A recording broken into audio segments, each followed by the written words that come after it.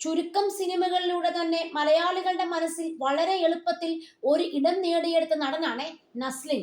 പ്രേമലു എന്ന ഒറ്റ ചിത്രത്തിലൂടെ പാൻ ഇന്ത്യൻ ഇമേജ് പോലും നസ്ലിനെ തേടിയെത്തി.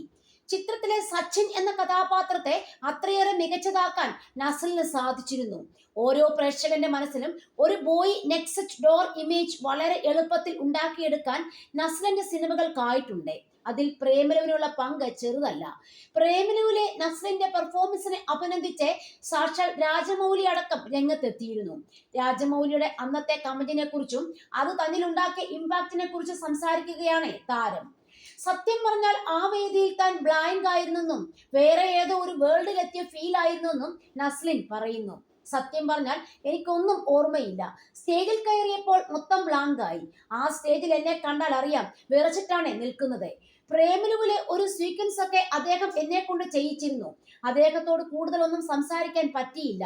ആ സ്റ്റേജിൽ നിന്ന് സംസാരിച്ചതേ ഉള്ളൂ. ഞാൻ വേറെ ഏതോ വേൾഡിലായിരുന്നു ആ സമയത്തൊന്നും നസ്ലിൻ പറയുന്നു.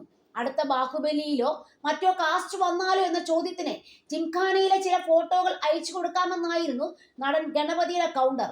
അത്തരത്തിലുള്ള ഓഫറുകൾ വരട്ടെ എന്നും കാത്തിരിക്കുകയാണെന്നുമായിരുന്നു നസ്ലിൻ പറഞ്ഞത്.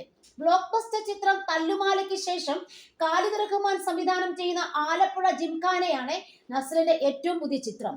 ഗണപതി, ലുക്മാൻ, സന്ദീപ്, പ്രദീപ് എന്നിവരാണ് ചിത്രത്തിൽ പ്രധാന കഥാപാത്രങ്ങളായി എത്തുന്നത്. കഴിഞ്ഞ ആഴ്ച പുറത്തിറങ്ങിയ ചിത്രത്തിന്റെ ട്രെയിലറിന് വൻ വരവേൽപ്പാണ് ലഭിച്ചത്.